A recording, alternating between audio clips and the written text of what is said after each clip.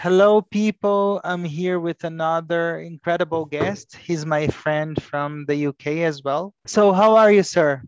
I'm very good. I'm very good. Thanks for being here, and I hope we have a great interview. What exactly is business English? Okay, so business English is different from general English in that Hmm. general English is the language of, Hmm. daily conversation that everyone who Hmm. speaks English uses. And when Hmm. you study it, you go step by step. You go from A1 to A2, B1, B2, or, from beginner to intermediate. But business English is different in that it is a register. So it's a language that's used, a part of the English language that's used by a group Hmm. of people. And Hmm. those people are business English. So regardless of your occupation, like you might be a salesman, you might be a designer, you will use some business English in certain situations. So, for example, meetings, interviews, negotiations, networking events. So it's the language of business. And it's Hmm. kind of in two categories. You have the functional language, which Hmm. is like agreeing, disagreeing, Hmm. interrupting politely, speaking diplomatically. So these are kind of skills that you need. And Hmm. then there's also the idioms and the phrasal verbs and the Hmm. collocations in business English. So it's in two parts. And when you study business English, you work with a teacher who tries to find out the most important thing, which is how you use business English and in what situations. Do you Hmm. work with international colleagues? Do you attend conference calls on Zoom? Hmm. Do you go to networking events in foreign countries? If you do, these are Hmm. the tools you need, and this is the language that you need. So it's much more specific than general English. What are the kind of students that you have? Okay, so my students are generally, they have a good to upper intermediate level of English, but what they don't have is the professional vocabulary. So they get into a business situation Hmm. and they know that they need to speak and appear as the professional that they are, Hmm. but they just don't know the right business Hmm. expressions to use, right? They don't Hmm. know the kind of shared language that business people use, and that stops them appearing as Hmm. the professional that they are, right? So they may Hmm. be, in Brazil, they may be a top sales manager or sales Hmm. director in Brazil, Hmm. top of their game. But when it comes to speaking English, they lose all their confidence Hmm. and they don't appear as professional as they can be. So these are the kind of people I work with, and I help them overcome this confidence barrier Hmm. and be able to, speak up in meetings and make small talk with people from different countries all over the world. Yeah. So Yeah. those are my kind of students. Out of the Mm, four abilities of the English language, right. which Yeah. one do you think, or which ones do you think are the most important ones That's a for good question, Rod. business English? All right. So I would say that speaking is the one that most people say, is the problem, Hmm. right? They can find ways to get around Hmm. sending a few emails, right? Hmm. But it's coming to actually speak in these. Say, for Hmm. example, you're on a conference call, right? Hmm. 10 people on the conference call. You've got people from Germany, the UK, the US, Hmm. Brazil, Hmm. France, from all over the place, right? And you've got Hmm. to speak up. So it's quite a pressurized situation, right? There's a lot of pressure on you Hmm. to speak up and to come across as accurate, because being accurate, inspires confidence in you as a Hmm. business person, and to be understood, which is really important, right? So pronunciation is important there. So I would say speaking, but I'm also going to say reading. So yeah, Uh, I'd say that reading is really important too, right? Because if you go to university and you want to write academic English, hmm. the way to learn academic English is to Hmm. read academic papers. Hmm. And that's how you learn to write in that academic style.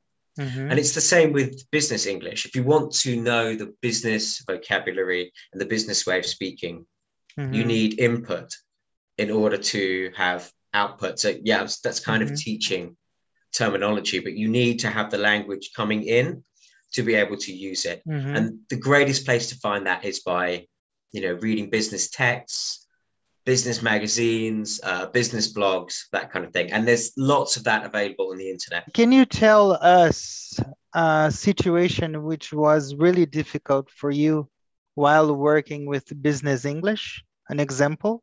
Yeah, I mean, I guess it's, when someone comes to me and often the first time when I speak to someone, it's hard for them to explain to me exactly, what the issue is, right? And they say, oh, I don't feel confident speaking in a business situation. And I think, as a teacher, I've had to learn, through my experience that you've got to drill down, right? So you've got to really ask good questions, right? So when is it exactly that you don't feel confident? Is it in the meeting? If it is in the meeting, when? Is it when you have to introduce a meeting, or are you having to speak up during the meeting? You're having to put your ideas forward, because everyone in business English has different needs. That's the quite difficult thing in teaching it, right? Because in general English, you kind of need to learn everything as you move forward. But in business English, there are certain areas that a busy business person should focus on. Because that's one thing we know about business people, is they're busy. So if they're studying with me, we work out exactly what is the best way to spend their time, and helping them feel more confident and be able to speak more fluently. Do you think spontaneity is key? Yeah, I think there's a good business term, right, which is to think on your feet. Which means to, be able to do things in the moment, right? To think quickly and come up with good ideas. And I think if your English is, if you're spending time translating in your head before speaking, that's going to slow you down, right? So I think it's, you need to be able to speak, I'd say automatically. You need to have, the teaching term is automaticity, but to be able to quickly speak in that fluent way, really. So I think it's important, but you might be doing a presentation which is different, because that's planned, and that's a different skill altogether. I think that business English is something that we have to be constantly on the fly. Why did you decide to teach business English and not general English? Well, I've been teaching for about I think nine years now. And, originally I started teaching general English, but I moved towards business English because my background before becoming a teacher was in business, in sales and marketing. So that's what I did before becoming a teacher. And, I thought, what better way than to combine my understanding of sort of business and that sort of, the office environment and business context with my teaching knowledge. So and it's great as well, because I can help people who are in that difficult situation, who it's like there's something holding them back from, getting that promotion, or or making the right impression with their partners in different countries. So it's a pressurized environment, and I understand that. And there's an added pressure if you're using English as your second language. So it's really nice to be able to help, actually. So I do love it. Yeah, my first major is marketing communication as well. Rod, you should get into business English then too. Yeah. And I think it's great because you said something that I totally agree with you some moments ago, that we have to have diplomacy. All right. Because you are dealing with people that you don't know, you have to start a small talk, have the elevator pitch. So, that's a fun lesson to teach. I love teaching the elevator could pitch. you explain my audience what is an elevator pitch? It's funny because in the UK we say lift, right? But Yeah. no one calls it the lift pitch because that Yeah. sounds that sounds weird. But in American English they do. I don't know why, you know. So Yeah, the elevator. Yeah. So yeah. the idea of the elevator pitch is that, okay, you turn up at work one day, you Mm-hmm. get into the lift or the elevator, and standing next to you is the CEO of the Yes. company, you know, the top guy, the top dog, Mm-hmm. the person that you need to impress. Mm-hmm. Mm-hmm. And you've got, I think they say, it's a while since I've taught this one. I think it's like you've got about 30 seconds to a minute Mm-hmm. to introduce yourself in the most professional way possible and make the best impression that you can, Yeah. so that the CEO thinks, I remember Rod. He's Mm-hmm. that guy I met in the lift. So when he's Mm-hmm. looking for someone to promote, next time Yeah. he thinks, yeah, Rod. Rod on level 4 of the building. That's it. Mm-hmm. Yeah. Well, that's nice because sometimes people don't understand when they listen to elevator pitch, and then I Mm. explain to them, and now we have you explaining exactly what that is, That's it. and It's that all about making that impression in a short space of time. Yeah. yeah, and that's awesome. Yeah. But from all that you work with in business English, what is it that you like most? Okay. So if it would be my favorite thing to teach Mm-hmm. would Mm-hmm. be interview skills. That would Yeah. be my favorite because, Mm-hmm. you know, there is a task that you need to complete, Mm-hmm. and that's giving the right answers to the questions. We can find out what the questions you're going to be asked are, Mm-hmm. and then get the right kind of answers.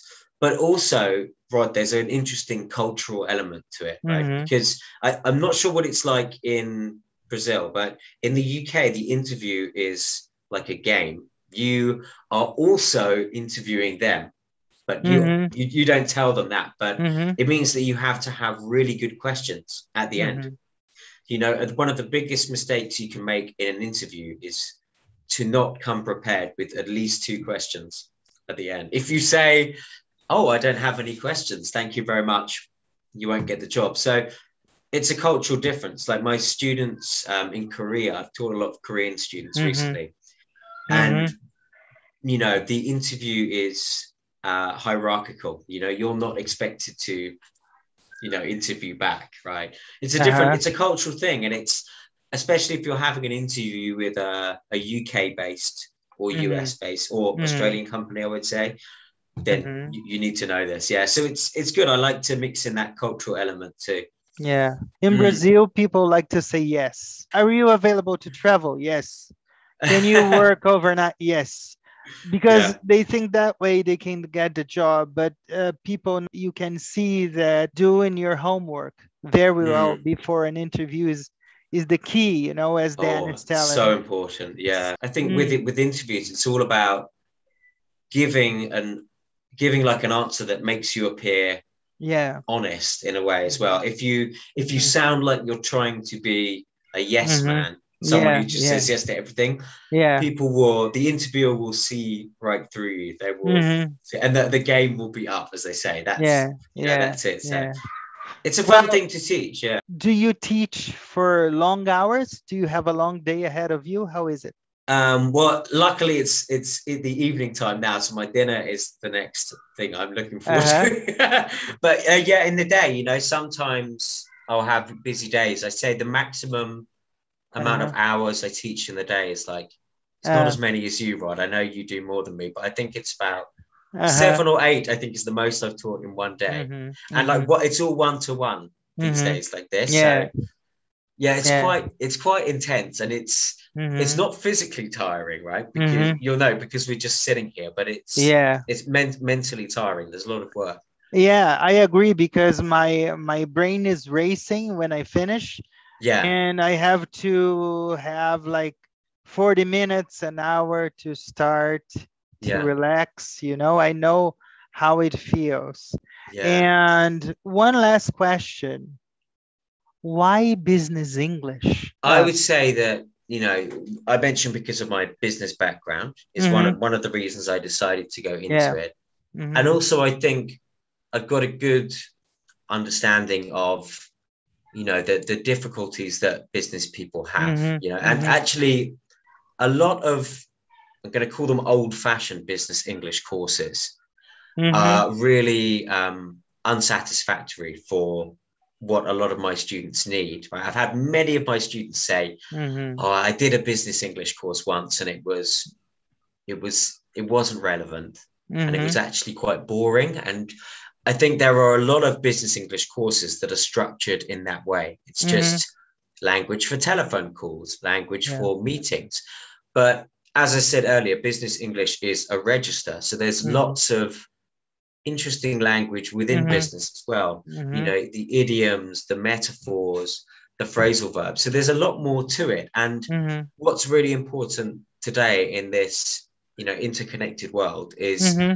being able to discuss what I call them business hot topics, Mm-hmm. right? So things that are really important Mm-hmm. in business now. So things Mm-hmm. like mental health, working during the pandemic, Mm-hmm. all of these things. Someone who is a top flight professional, they need to be able to discuss these topics. Mm-hmm. So I like to think, I hope my students can testify that my business English courses are they've moved away from that Mm-hmm. old-fashioned element, and they're Mm-hmm. teaching you a new way of speaking. Mm-hmm. So you can switch from general, and then you can switch to business like that, Mm-hmm. which even for a lot of native speakers, that's hard to do unless you've spent time in a business environment or unless you've learned how to do it. So Mm-hmm. yeah, I hope that answered the question. You did. What if a beginner comes to you looking for your services? Because you told me that you work more with advanced and intermediate levels. Yeah, I mean, I would, if someone comes to me and they want me to help them, Mm-hmm. then sure, I wouldn't turn anyone away, no. Mm-hmm. But I'd look at, I'd have to find out exactly, again, I'd follow the same process, right? Yeah. Mm-hmm. I would send them, the way I do it is I send a form that you would complete, how do you use English at work, Mm-hmm. right? And for someone who is maybe at a beginner level, Mm-hmm. I'm sure they would use it in fewer circumstances, right? So maybe Mm-hmm. it would be they had to send an email at the end of Mm-hmm. each week, and maybe it's something like they need to learn email formats, Mm-hmm. like how Mm-hmm. to write an email, how Yeah. to begin an email, how to sign off. And sure, that's something I can teach, but I would say the majority of my clients, Mm-hmm. they're like intermediate to upper intermediate Yeah. level. Yeah. And mostly these are the levels that big companies search for. Sure. Yeah. I'm not sure what it's like in Brazil, but I know it's a lot of places. I forget the stat, I actually wrote down a good statistic earlier that, Mm-hmm. it's a high percentage of businesses Yeah. require a good level of English across the world. Like Okay. Okay. require sort of a good level of English, and they mean Uh-huh. business English Uh-huh. for the best paying positions, Okay. essentially. Good.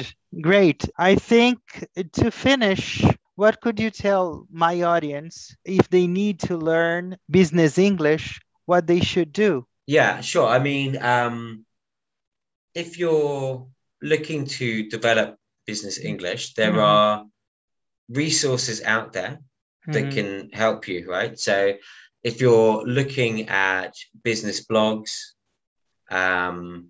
things like TED Talks, you can hear the way that business people speak through these. I'd Mm-hmm. say they're a good way to start to be listening to this different way of speaking. Yeah. And it's Mm-hmm. also useful to find someone to work with. You can work, one-to-one with a business English teacher, or you Mm-hmm. can join a business English course. But as I mentioned earlier, the importance of having that input, having the business language coming in. And as you know, Rod, you need to listen or to read to get that input. Yeah. You can't be Of course. watching Netflix to Yeah. get your business English. You need to look Yeah. elsewhere, right? Yeah. It has to be really specific. If you want to focus on something, it has to be specific. There's Yeah, no other sure. way, So, If you work in sales, for example, right? If you're okay. a sales executive in Mm-hmm. Brazil and you Mm-hmm. want to try and learn some business English around Mm-hmm. sales and marketing, Mm-hmm. there are lots of magazines and blog posts about being a salesperson, right? Yeah. And that's a great way to start. But Mm-hmm. again, it's not it's not the textbook English. It's kind of the real authentic English. So it Yeah. may be more challenging to read, but if you think of it as a kind of a library of the business terminology that you're going to be using. Yeah, of course. And I agree with you because I work with translations as well in all fields, and people bring stuff to me to translate. And I ask them, please bring some original papers about it because I need to know the right terminology for the translation. And I understand that exactly what you just said because you have the right vocabulary, the right context, and everything to do it. That's amazing. I have to say that my friend Dan has come to Brazil already. Where have you been in Brazil and why? So I lived in Salvador for, wait a minute, I think I was there for about 5 months in total. And I was going to be staying for longer, but my girlfriend, who's now my fiance at the time, she was trying to enroll to do a PhD at the university there. But there was some problem with her visas and things never worked out. But she was in Brazil for about 8 months, I think. Wow. Yeah. So yeah, I had a great time. I lived right by the beach, which was amazing. And yeah, I mean, I would say one thing, the climate in Brazil was like the perfect climate. And I think it's too hot. My God. Really? Oh, it was perfect for me. But before that, I lived in Cambodia. So this was kind of, it was a nice change. It was like cooler than Cambodia. I think like that because I never had the chance to see snow. Right. Oh, no. So that's why, because I travel only during summer because I have to use a wheelchair to travel. Okay, yeah. And my wheelchair doesn't have special tires, you know, to. Right, I see. So that's why. And one last question. This one is going to be very quick. How is Dan as a dad? Oh, yeah, well, I'm learning, right? So I'm 10 weeks in. 10 weeks into being a dad. I think I'm doing a good job at the moment. Okay. But yeah, we'll see what happens, you know, as he gets on. Do you have kids, Ron? I forget. I have two. I have two boys, a teenager and a 4-year-old. Oh, so you can tell me now what so far has been the most difficult stage of parenthood? Tough love. Is it tough? That's the teenage years, surely, right? Tough love. Even though you love them more than you love yourself. Yeah. Tough love is the worst because you have to say no when your heart wants to say yes. Sure, right. You know? Are you experiencing that now that your boy is a teenager? Yeah, because he's 14 and then you have to teach some limits. Someone said to me, I can't remember who, I think I was listening to a podcast, and someone said that during the teenage years, you have to learn to don't just try and be their friend because they'll thank you later on for it. Right. Yeah. You know, when you stood your ground and you showed a bit of tough love during the teenage years. So the idea of good cup and bad cup, keep that in your mind. Yeah, sure. Oh, bad cup and good cup. So now we're going to play the rapid round game that I'm curious because you are a funny and great guy and I want to see your answers. So here we go with the rapid round game. Dan, my family is? The most important thing. For me, my baby boy is really hilarious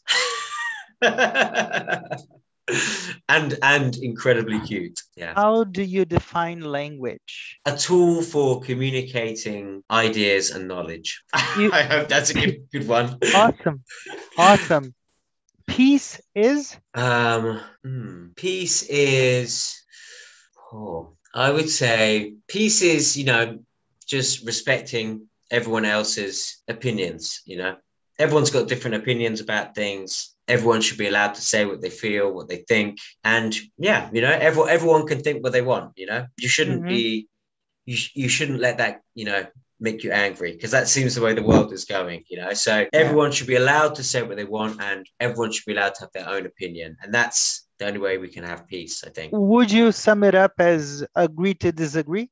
Yeah, I think that people, okay, without getting too political, but certainly in my country, people, they don't seem to be able to agree to disagree. And that's always the way that I was, you know, raised. It's, you know, everyone's got a different opinion and having met people from different countries, I love that. That's great. That's the thing that makes living so Yeah, exciting. And I think yeah. it's quite easy to get trapped with, people who have the same opinions as you, right? So we should welcome lots of different Yeah. thoughts and agree to disagree. And that's how we'll have peace. Might be a bit simplistic, but Awesome, awesome, awesome. Dan on Dan. I'm pretty driven these days, like Mm-hmm. a lot of it is because I've just become a father.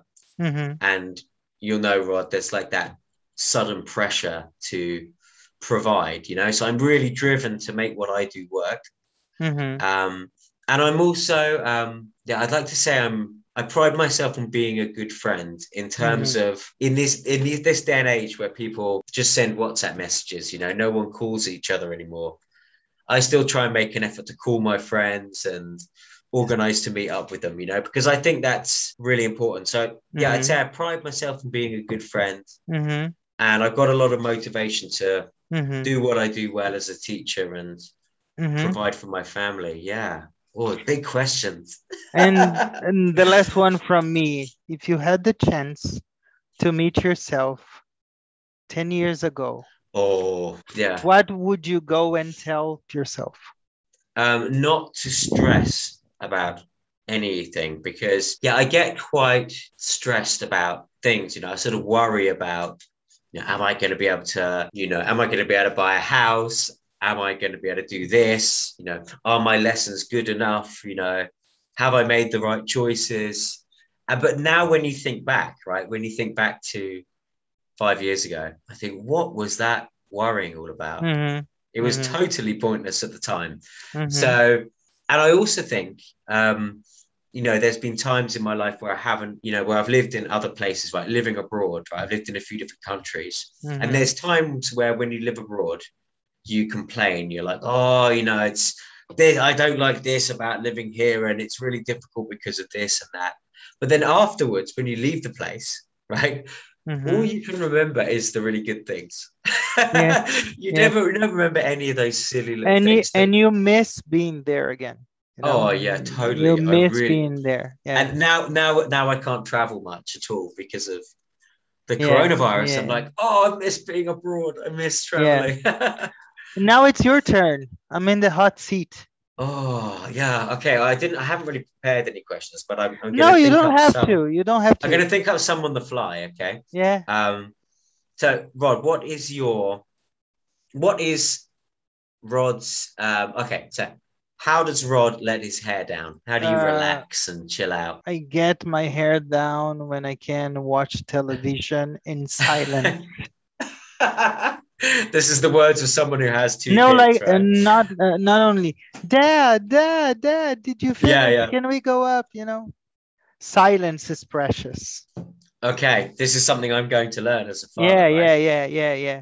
I feel like I'm already experiencing Yeah, this. Yeah. you are. Yeah, you are. Late nights um, for you now are amazing, yeah. Changing diapers or nappies, as Oh, you say. yeah, yeah. Okay. Nappies over Yeah, here, man. yeah, yeah, yeah. Well, who is your perfect student? My perfect student is that one Yeah. who's always eager to learn more and Okay. more. Yeah. Because the more we learn, the less we know, Yeah. you Okay. know. Good. I like it. The most important thing in my life is. Family and friends. Yeah. Okay. Okay. Easy answer. All right. If you could visit one country or one place, it can even be in Brazil, where would you go and why? First of all, I would go to England Yeah. because I have a great friend in Manchester that I would like to meet up. And second of all, I would go to New York because I think that New York is my second home. I love that place. Why is that? Because I always dreamed of going to New York since I was 18. And Right. when I was there for the first time, it felt like home. I visited California Oh yeah, as on the other well. side. Yeah. Lived in New York for 1 month with my wife 10 years ago, Ah. Is your wife American or no, Brazilian? my wife is Brazilian as well, but we Yeah. had the chance to live there for 1 month. And besides that, New York has the best Apple store ever. So Right. so I can go there and get things, Stock up on your Apple Yeah, products. yeah, yeah, yeah. Well, I really like did you go to Boston? I didn't have the chance now. Okay. I really like the accent from that Uh-huh. area. I really like that kind of East Coast Yeah. American accent. That's cool. Happiness is. Happiness is seeing those who you love happy. Okay. At least for me, seeing those who you love happy. You're going to see that with your son. When you see the world through the eyes of a child, Mm. they are shining constantly. Every discovery, when they say the first word, when you listen to daddy for the first time, I'm looking forward to that. you don't, you don't, you, I hope it comes you know, before mummy, daddy yeah, first. yeah, yeah. And they get crazy. They put us to sleep in the doghouse. If Yeah. that happens, I Yeah, carried this yeah. child for 40 weeks and now they Yeah, I say your know. name first. She won't be happy. Yeah. Yeah, yeah, yeah. The movement to learning online, doing lessons like this, good thing or bad thing? I am kind of a visionary in Brazil because in 2009 I offered online teaching Oh wow, and you were ahead of the game. I found a platform and I told people you can study from home. No, I don't want to do it. People were prejudicial to it. Mm, And then the pandemic came. I told my students, hey, from Monday on, I'm going to teach you how to use Zoom and we're going to have classes. yeah, Nothing changed, yeah, yeah, Of course, that I needed to adjust some stuff, but the classes, the audio, the videos, the conversations are all the same. One thing that I have to say is you need a good internet connection. oh yes. That's what you need. But for me, wasn't a problem at all. For me, like there are Mhm, so many benefits mhm, to this, right? mhm, mhm. And it's also great to be able to do Yeah. one-to-one lessons. Mhm. Can be really good. So group lessons Yeah. can be great too as well. Yeah. The only thing I sort of miss is Mhm, a lot of my students mhm, been studying with me for a long time, and mhm. I've never met them in the room. Yeah, yeah, And yeah. I'm like, oh, wouldn't it be great if we could meet like that too? But Yeah. maybe one day. So I say the same about my YouTube channel because I mm, met a lot of people, but yeah, I never met them in person. Of course, I would like to meet you. I would like to yeah, meet a lot of people. I hope someday it happens. We can do like a meet and greet and meet yeah. everybody, without any fee. Well, if you come to the UK, I'll take you out and I'll try and show you some things in London. Yeah, yeah, yeah. I think it's great. I think I want to go there and learn British English a little bit more. I can Well, help you with that. thank you. Well, I think we have come to an end. People, find his YouTube channel, subscribe to him. He's Yeah. amazing. My YouTube channel is English with Dan at Uh-huh. Learn London, Uh-huh. and you can find business English lessons on there. Right. So Mm-hmm. if you want to Mm-hmm. get a taster of what business Mm-hmm. English is and Yeah. how I teach, that's a good place to start. Yeah. And I'm also on Instagram, which Mm-hmm. is at Learn London Dan. Right. And Mm-hmm. I'm also on LinkedIn, but Mm-hmm. you can put me in the spelling. I'll let you put that in the link in the description. I'll Okay. mention one more plug, right? One more Mm-hmm. plug. I made a free practical guide Mm-hmm. for building a business vocabulary. So Mm-hmm. you asked about what's a good place to start if I Mm-hmm. want to start learning business English. Yeah. I don't have a teacher. Mm-hmm. You can download the guide. And Mm-hmm. I'll put a link to that as well. And Yeah. it's Yeah. completely free to download and it will Yeah. give you some tips on how to read business English. Hopefully that'll be useful to some of you guys. Everything will be in the description. I don't know if the reason is because he lived in Brazil for some time, Yeah, I think that's part of it. you Yeah. know? No, I'm joking. The guy is really amazing. He's very friendly. And for every guest, I have a sentence, a quote, a takeaway. Yes. And for Cool. you is keep grinding. Yeah. Keep Yeah. keep doing the good job that you're doing. And it was amazing to meet you. Thank you for the interview. That's great. It's And been I a real hope pleasure. we can still be friends for a long, long time Yeah, sure, because man. you are a very, very friendly person. And thank you for Lovely. your time for doing this interview. So kind of you, Rod. I've really enjoyed it. It's And been when you fun. come to Brazil again, Yes. let me know and we'll find a way to meet each other Yeah, in sure. person. Yes, that would Okay? be great. Same if you come to England, I'll take you Of out and course. show you some of the sites. Thank you so much. People, this was Dan. Thank Well, you so thank you. much. All right. Cheers. See you next week. Bye-bye. Thank you. All right. Bye-bye, Rod. Hello, it's Rod's friend here, Gino from Real Everyday English. Sorry for interrupting your video. I just want to make a quick recommendation that you subscribe to Rodrigo's channel. He's an amazing guy. He's so humble. He's so dedicated. And he creates absolutely fantastic content. See you people soon. Bye-bye. God bless.